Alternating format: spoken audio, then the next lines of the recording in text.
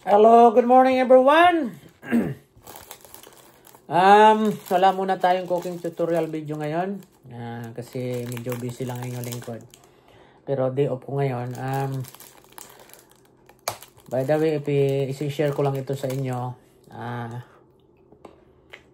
kasi maraming nagsasabi ang taong diabetic o kaya pre-diabetic hindi na pwedeng kumain ng tsokolate. Pero isi-share ko ito sa inyo. Allowed pa rin tayo kumain ng tsokolate. Ayan. It's dark chocolate. It's no sugar added. Yan. Yan. So, kabili ako nito doon sa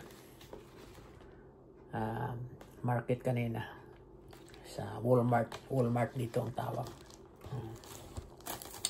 So okay naman, pero kukwa siya. Sarap.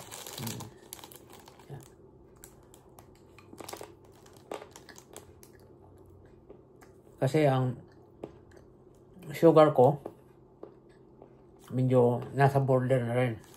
Kaya so dark chocolate ang kinain ko at saka no sugar added. Pero kung ibang tsokolate, huwag niyong subukan kung kayo ay pre-diabetic na at saka diabetic na talaga. Kasi siguradong sisiri talaga yung sugar sa katawan niyo. Ito lang. Dark chocolate na no sugar. May mga tsokolate na ganun. May mga pagkain option na. Yeah. So, hopefully, sundan nyo yung lagi yung channel ko.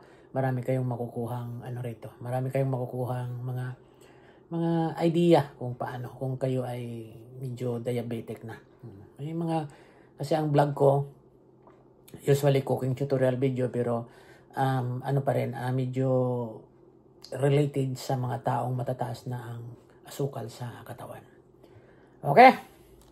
Yun lang muna sa ngayon mga guys. Bye-bye! Ingat-ingat po kayo. By the way, December 2 already, it's advance Merry Christmas. Hopefully, maging okay ang Christmas natin lahat kahit maraming problema sa Pilipinas. At saka successful New Year tayo. Yeah, hopefully. Bye-bye!